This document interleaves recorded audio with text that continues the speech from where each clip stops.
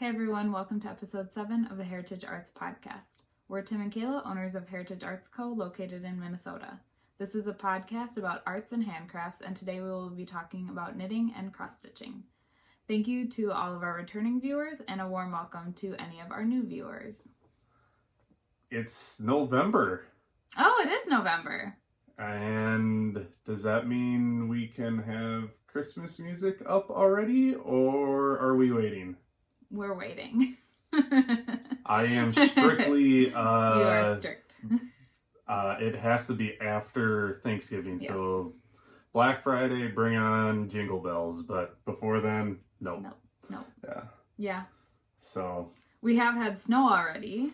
Well, we had snow, I think, as of our last podcast, didn't we? And but... I'm not opposed to doing Christmas stitching and other Christmas things, but no Christmas music. No Christmas music.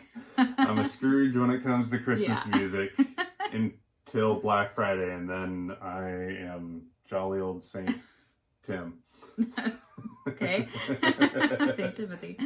Well, when I was an auditor way back when, I remember my very first audit client that I worked on, it was just me and the senior on the job, so just me and one other lady. And it must have been September, and we listened to Christmas music like 90% of the time. Sounds horrible. Oh, it was so great. And part of it was because when you're an auditor, this is like for financial statement audits, because I used to be an accountant. I'm like not really an accountant anymore. Except for I guess I do. I guess I do all of our personal finances and all the business finances. So when I used to work for other people as an accountant, when you're an auditor and you're going to audit a company, like no one really wants you to be there. So they always put you in like just the worst spots, like the worst room. They give you all the worst chairs. And we have an audit coming up in like 3 you weeks. Do. Yeah. Do you have a terrible spot picked out for them? I plan to. Yeah. Put them in the warehouse. It'll be fine. So the room that we were in was just incredibly cold. Like it was like half a pane window. Half a pane window. And there was like a vent in there, but it wouldn't heat, and it was just frigidly cold. And the first thing that she told me when we were on this audit was that, well, the client said it is okay if you want to have coffee from their coffee maker if you bring your own coffee. Seriously. So it was like a very cold September, I think, because maybe we were just cold, which could make sense as well. We were just cold all the time. And so Christmas music just seemed like a natural thing. So welcome to the Heritage Arts Podcast, where it is all about arts and handcrafts and audits. Okay, enough of that. You probably won't hear much about auditing ever again, but that was just my little tidbit. Christmas music. Yeah. Do you guys listen to Christmas music before Thanksgiving? There are people that I know. There are also people. Yeah, and those are the people. That's the reason why we had 8 inches of snow already. Yeah, it's your fault. It's their fault. Whoever listened to Christmas music, they were the ones that brought it on. Yep. Yeah. That tracks. That seems reasonable. Well, we are doing some Christmas stitching and Christmas knitting. Yeah. So, jump into our whips. Yeah, we'll jump into our whips. Do you want me to go first? Yeah, why don't you go first? Okay. So, right now, I really only have one whip to show. I have 2 other whips that I'm working on that are both Christmas knitting. I'm making a couple pairs of kind of fingerless mitts. And how far have you gotten on both of those this week? As far as I had been on them the weeks prior. I have not made any progress on my Christmas knits or my Christmas mitts. Hey, you cast on a few other projects. One other project. We'll get there. And I bound off one project. So, Yeah, but I didn't make much progress on my Christmas mitts, so I won't really be showing those, but I do have a new whip, as Tim mentioned. I did cast on something. And I used the right terms. You did. It's from everybody else's podcasts that I've been watching now. Yeah. I'm learning. You're learning all the words. So, what I am working on. Oh, this is kind of weird. That was a terrible noise. Okay, so I'm working on this pattern called Lottie's Booties. And they are little baby booties. They're worsted weight. And they kind of, they kind of have designed by little, so yeah, it is designed by, Lisa of Dole Valley Girl Knits. And, she had been so kind to gift me that pattern, when she saw that it was on my Make 9 list. My Make 9 list is referring to the Make 9 2020 MAL, hosted, by, Amy of Noble Character Crafts. And so the idea is just that you pick 9 projects that you want to work on. This MAL has been going on since the beginning of the year. I just decided to jump in the last quarter of the year. But I thought it would be a good way for me to kind of just... That's nice that you think it's the last quarter. I mean... October, November, December. But did you start at the beginning of October? No. Okay. Well, I started like 2 weeks ago. Still close enough. Within the last quarter. It's, I think, just going to be a good way to keep me on track with the things that I want to accomplish before the end of the year. Some that I want to finish, one that I have finished. Spoiler. And there's one that I probably won't finish, but I do want to commit to starting. So, so I just, I'm looking forward to kind of being able to check some things off. I'm like, check. Little Monica. So anyway, Lottie's Booties is one of the items that was on my Make 9 list. And I'm making those for our 6-month-old son, Noah. Well, he's almost 6 months. Almost 6 months, yeah. It counts. They're kind of a little bit moccasin looking, and I just think they're super cute. So I am working on those in Knit Picks Wool of the Andes worsted in the camel colorway. Just kind of a heathery, or camel heather, I guess is what it's actually called. So just kind of a nice little neutral. The funny story I told last week was that Noah actually picked this out. The 6-month-old baby picked this out. Mainly because I had 2 yarns in front of him, and this is the one that he decided to drool on. So, so I am about an inch into the little cuff. So I haven't made a ton of progress, but given the fact that I started this at like 10 o'clock this morning, I feel like it's pretty good. We had a Zoom women's Bible study, and I worked on it during that. So I paid attention too. So I've just got to start on that. So if you do look at the picture, you can see there's kind of that little fold over cuff, and then there's an I-cord lace that kind of goes around it to tie it on so they don't fall off chubby little baby feet, as everything that you put on baby's feet likes to do. So I am just kind of getting a start on these, and I think they're going to be super cute. I'm making them in the largest size, the largest size that currently exists. I saw some hints of something on Lisa's Instagram, so I would go over there and check those out if you like that design. Are they going to be big enough for me? I think they might be. Oh, really? Yeah, I'm not entirely sure. She hasn't said as much, but I thought I saw some little sneak peeks of something that they are going to be. Make us matching booties. Oh, that'd be so fun. Oh, we'll see. Okay, that might be on my Make 9 2021 MAL. We'll see. So I think I saw that, but I'm making the 12-month size for our 6-month son, who has ginormous feet. And I'm hoping that these will fit. They should. I did measure his feet. Well, it depends how soon you can get them done. This is true. So I did measure his feet. I did do a gauge swatch. And I actually ended up going up 1 needle size. So I'm glad that I did that gauge swatch, because otherwise then they would not have been big enough. Mm-hmm. So, they're going pretty quick so far. So because, you know, they are worsted weight, so they're going to work up a little quicker.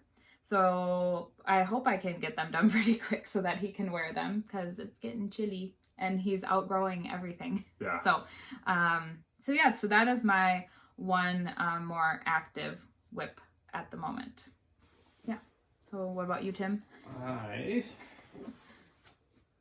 on to that. I am still working on my Christmas stocking by... Still? Yeah. Just kidding. No. By Stony Creek, Christmas in the Woods. So I finished another page. If you checked out my Instagram, I had a better progress photo than this. But you can see I finished the deer. I did back stitching to, I think, the eyes. And just so I could roll it up on... Oh, I didn't even notice that you had done that. Yeah. So, and then I started the next page here with all my magnets on this. This is how I hold my patterns. This little metal board. Yeah, is it the brand Lowran? Lowran, yeah. I think that's it's a pretty common cross stitch brand, I think, but yeah. So then I just have magnets holding it, and then I can move my magnet as I go, and keeps my place. Super handy. Mm-hmm. So I started where's that I started the post on the side along the deer there. So I started that post, as you can see there. So that's starting to come along. I was much farther last night. Yeah. And, they call it counted cross stitch. And you need to count. And then yes. You should also double check your count. Count again. Yeah. Because I got to tear out like 50 stitches last night. So after I finished tearing out a bunch of stitches, I thought, you know what? It's a good time to just sit back on the couch and not do any more stitching. So that's all that remains. I had another few rows coming down, another few coming off, but oh well, that's life. Yeah, that's life. So this pattern here, as you can see, the stocking starts to, here it is, come down. So the nice part is this page isn't a full page. That's right. Yeah. And then the other part of the stocking is just the toe. Yeah. So I did the bulk of the pages are done. So that last page that you had finished was the only really full page, complete right? Page, yeah. Oh, well, that's kind of nice. It's kind of like, when most shawls, when you knit them, a lot of times you are starting out small and you are expanding as you go out. And so that gets near the end. I mean, it is just daunting. You've seen sometimes when I've had, that one shawl that I showed last week, that's like that crescent shape that I designed, not that I designed the crescent, it's a pretty basic crescent, but there are just so many stitches when you're to the end and you're binding off. And so Knitty Natty actually has a shawl design that you start off with the most stitches and you decrease down, which is really smart. That sounds a lot better. Yeah. So that's really smart. I don't remember the name of it. Maybe I'll find it and we'll put it below. But it is a really interesting concept. So like I said, I haven't knitted or anything, I'm pretty sure it was knit, not crochet. Yeah, I'm pretty sure it was knit. But yeah, it's kind of, that's a nice way of doing it, is kind of tapering off to the end versus having like the end be the most stuff that you have to do. I do have to go back to that page though to do the name. Oh, sure.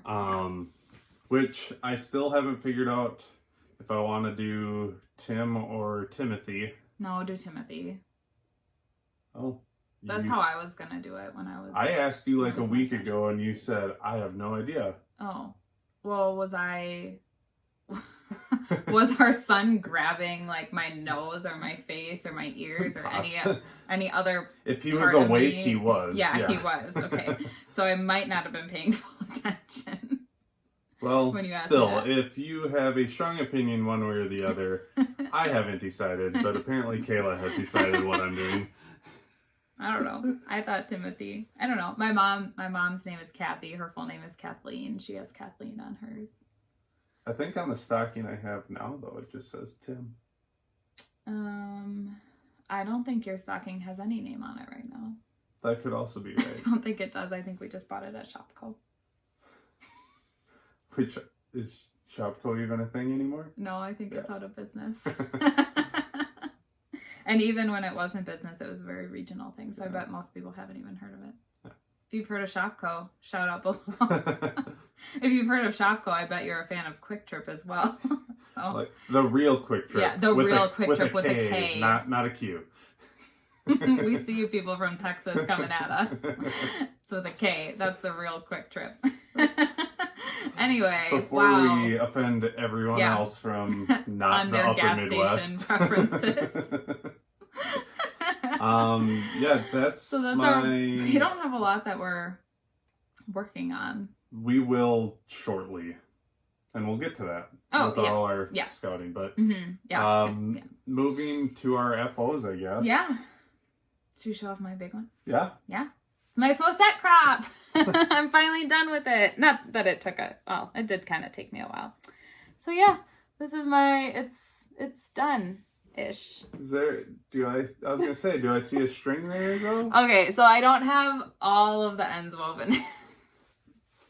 I've got about a third of the ends woven in, but it's off the needles and it's on my body, so it's an FO. Yeah, so I do still need to weave in the rest of my ends, and I need to block it.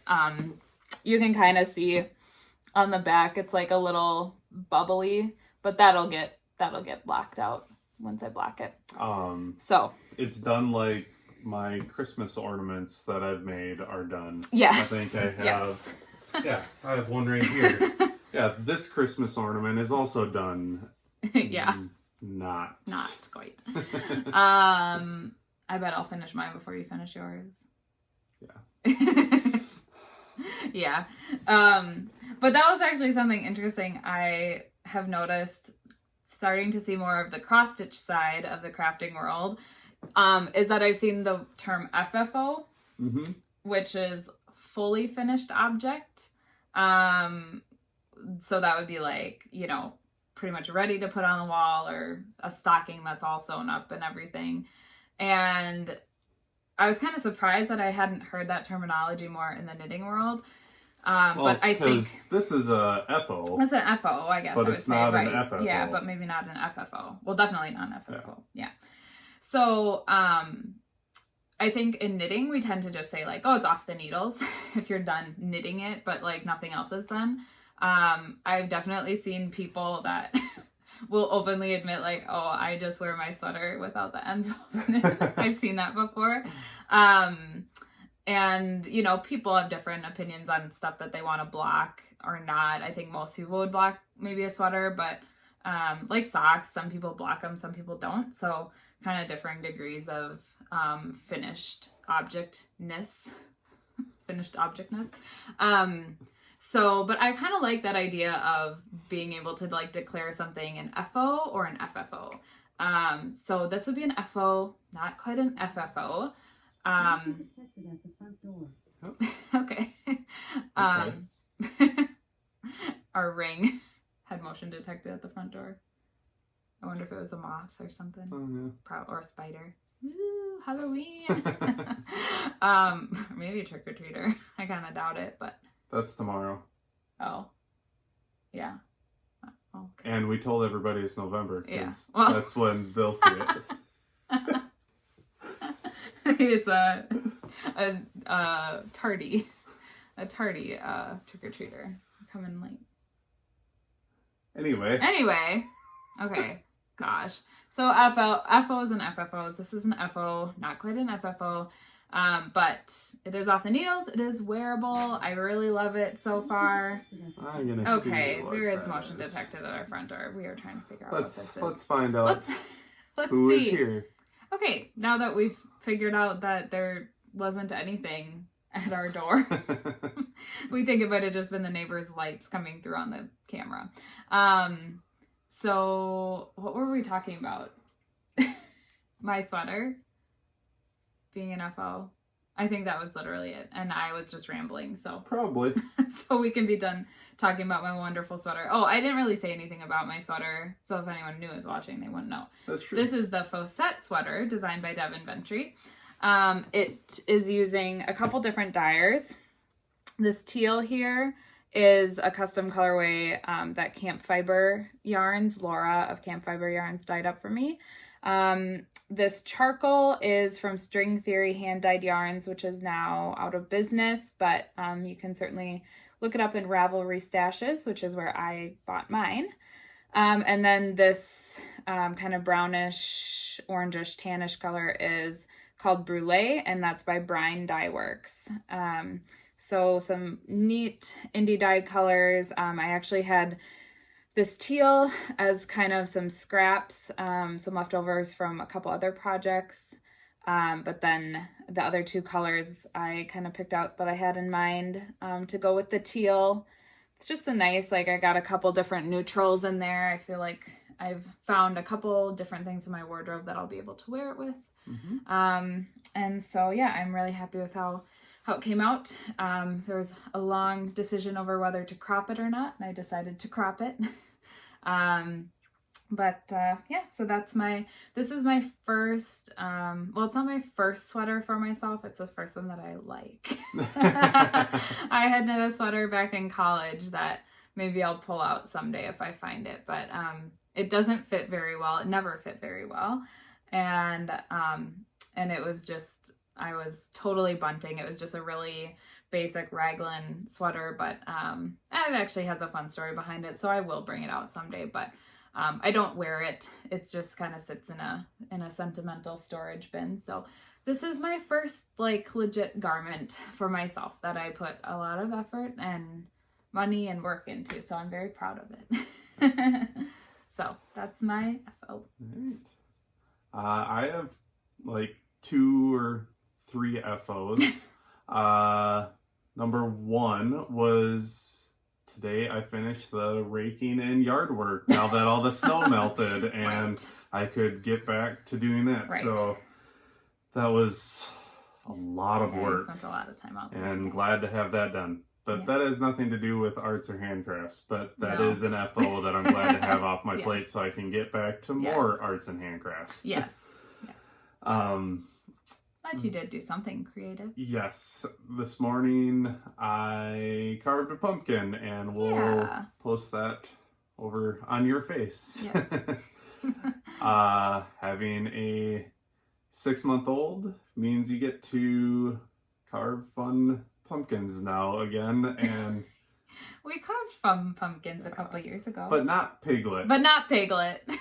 So yeah, our little boy loves Winnie the Pooh songs. Yeah, he does. So I carved Piglet today. Mm-hmm. I've always enjoyed carving pumpkins. You're really good at it too. Yeah, ever since I was a little kid, having a birthday in October, I always carved a pumpkin for my birthday, and then I would also carve one for Halloween too. So. Oh, so you would carve them at your... I thought that, because he was telling me about this before, that they would always carve pumpkins for, one of his birthday parties. Mm-hmm. But I didn't realize that, you would carve pumpkins for your birthday party and for Halloween. Yeah, because my birthday is at the beginning of October. Oh, okay. Well, yeah. Pumpkin's like That's long true. rotted That's true. by the time Halloween comes around. I So suppose. yeah, I'd get to carve like 2 pumpkins well, every no year. wonder you're so good at carving pumpkins. So yeah, that was a fun little project that I did earlier today for Halloween. And our friends over at Night Owl Fibre's podcast, they have been doing a spooky fun make along.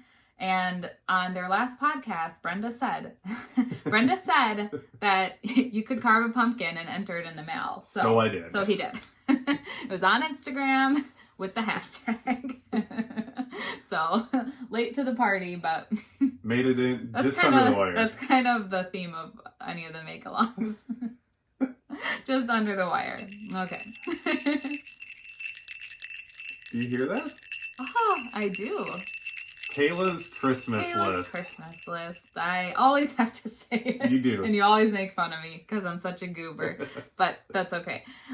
So normally on Kayla's Christmas list, I like to highlight kind of an indie maker, either a yarn dyer, bag maker, progress keepers, just some kind of maker. The one that I'm sharing today is a little less, I don't know if you would classify it as indie because it's more of just a smaller like yarn company. But let me just bring it up here. I'm totally prepared as ever. I've been getting better though. I have been. So, and I still don't have it there. I thought I saved it, but I didn't. Gosh. Okay. I got it here. So, the Fibre company, Fibre with an R-E, because they're from the UK. It is. It's Fibre with an R-E. So the Fibre company, which many of you knitters probably have heard of, they recently came out with a new sock yarn. And most sock yarns are just, it's either a 75-25 or an 80-20 of merino to, generally merino. Sometimes it's a different wool base, but to nylon content. And I mean, there are differences even across the board there, but most of the time, like, it's a pretty standard kind of formula that you would end up seeing for sock yarn. They generally include the nylon just for some kind of structure and strength, because socks will generally get a lot of wear. But the Fibre company recently came out with a new sock yarn that really caught my eye. And so not only most sock yarns are also then superwash merino wool. And the superwash process generally involves either, I think I'm not like super knowledgeable on this, but it either is a chemical process to strip the yarn of like kind of these little like scales that are on the wool that make it felt when you wash it. So it either chemically removes those or it puts kind of like a polymer, so essentially like a plasticky kind of coating on it so that the fibers don't have, friction and felt. So it's not exactly the most like eco-friendly process. But it's kind of, for me anyway, it's kind of one of those like, okay, it's like a half solution. Like, I realize it's not the best, but it's not the best in terms of eco-friendliness, but, there are maybe other things that either I'm doing or that the company has done that are, kind of offsetting that. So it's hard when you're talking eco-friendliness to just go like 100%. If you are, I don't know what I'm trying to say. I'm rambling. Yeah, I have no clue where you're going with this. So there are people that are purists and say like, I will only knit with non-superwash wool, like no nylon content, no nothing. And that's fine. Like, that's great for them, but it's not for everyone. There are also other people that are just totally fine with like, they just knit acrylic all the way.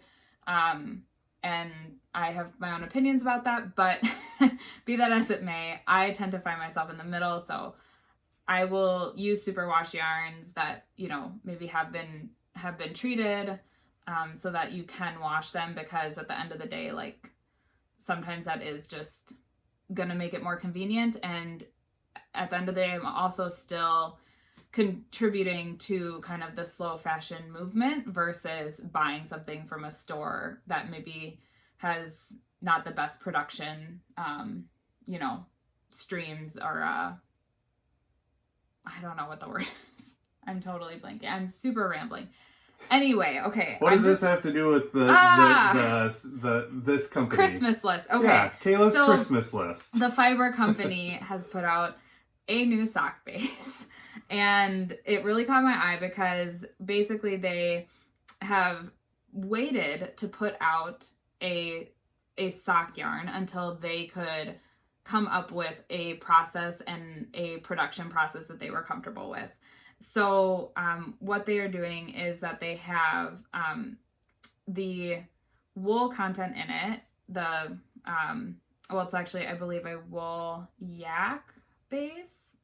I believe it's wool and yak.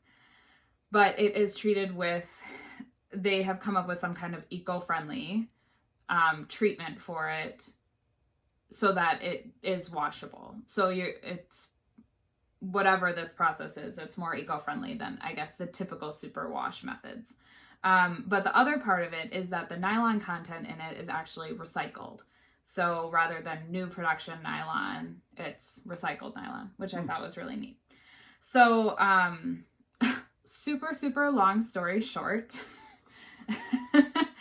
I think this is a really neat product that they are putting out, and I think it's gonna get to that middle ground that a lot of people are trying to find, where, maybe some people don't love the eco impacts of superwash, or don't love the idea of knitting with nylon content because of the microplastics impact and things like that. But this seems like an interesting kind of take on this sock yarn. So it's easy wash merino, 70% easy wash merino, 20% easy wash alpaca, sorry, not yak, alpaca, and 10% recycled nylon. So you still have that nylon content for the strength.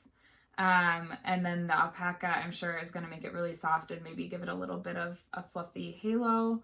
And then the merino wool is going to be really typical to, kind of what you'd have for other sock bases. So they have really pretty colorways.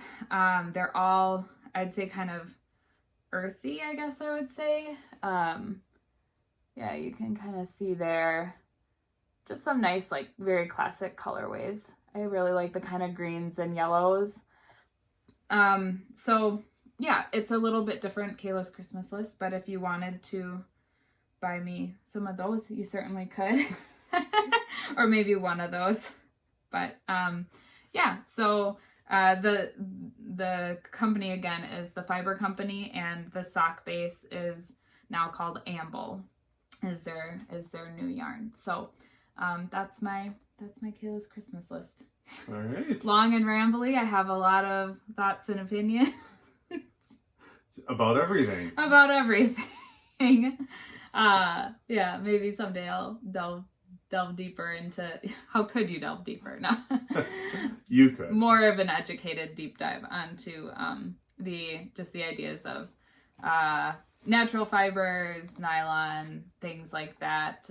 But in this house, we're all about half solutions when it comes to that stuff. So we want to do our best to do right by the earth, do things that are healthy for our family, but also practical, because life is hard enough as it is. So, yes. Anyway, that's the end of Kayla's Christmas list today. All right. Scouting, yes. So scouting what projects we're looking forward to maybe imminently, or what projects are just kind of on our dream list for some time in the future. So what do we have? For me, is, if you've watched, I think, the last two podcasts, still is Inkcircles, arranging tools. I think we said last podcast we purchased the linen for this. Yeah, still hasn't come. But I think it's supposed to come tomorrow. Yeah. I was really hoping it was going to come yesterday, and it didn't. It didn't come today, so I haven't been able to start this yet. Hopefully next week next week's podcast, this will be a whip. Yeah. And yeah, I'm really excited to start this. So I will be looking out the window waiting for the mail carrier to come by and see. I'm guessing that it'll be in the mail, not, or is it coming? No, it's USPS. Yeah, okay, it's USPS, so it should be coming. I'll be looking out for them. Yeah. So I can start this. I am going to be putting this one on a Q-snap frame, I think. Is that what it's called? I think that's what people call it. It's the plastic I frames. think it's Q-snap. And I tried that on my first cross stitch that I was doing, and I hated it. It was not holding it as tight as I wanted it. I like it where it's basically drum tight. Yeah, keeping it very taut. But I'm gonna give it another chance. It seems like everybody uses those Q snaps. So if you have any tips on how to keep it a little more taut than others, I guess. Yeah. Or if you just kind of are constantly adjusting it kind of on the side, I don't know. Leave a comment if you have any tips on how to best use those. So I've seen some people have little like cozies around them. I don't know if that helps keep it tighter. Have you seen that? I have not. Huh. I'll try to show you one. Yeah. Yeah. I've seen people that have like, it's almost like, well, the only thing I can liken it to is the covers I used to put on ice skates, but you know, that are kind of like elastic on the side, but it goes around the whole thing. So it's like a circle that then goes around your whole Q-snap frame. Huh. But I don't know if that does anything to keep it tight or if it just makes it cute. I'm not sure. And our light just... Did our power just... No, our power didn't go out. This has been acting goofy, so our light just went out. And our son might be waking up. This is good. This is good timing. Weird. Yeah. So yeah, everyone, we use some lighting here. We use a ring light if you haven't seen it in the reflections of my phone, because we record at night after our son has gone to bed. Yeah. So we have no natural light coming in here. Plus we live in Minnesota, so even if in the middle of the day we might not have that. But so that's one of my scouting. The other one is I have a couple more designs that I want to make really soon. So I've put out 4 designs so far, all in a 3-inch hoop for Christmas ornament size, available on our Etsy shop, which we'll link below. Yep. And so check those out. So I have a couple more designs that I'd like to have a couple more designs I'd like to design. Make patterns for. Yeah. Publish. There we go. Wow, it's a struggle. It's hard. So yeah, I have a couple more ideas that I'd like to get out in the next week or so, because you know, people are going to be starting their Christmas stitching right now. So hop on over to our Etsy site, check out our designs, see if there's any that you want to make for your Christmas tree. Yeah, or someone else's as a gift. It doesn't have to be for you. Yeah. How about you? Okay, so scouting. We'll start off. I have been sharing something from my Make 9 Mal list, and like I said, this is my first finished object from the list. And I think on previous episodes I've shared all of the rest of them except for one. So the one that I'm gonna share today, several episodes ago, we had this little segment called Land of Misfit Toys because Kayla likes to start knitting toys and then not finish them. So this is one such project.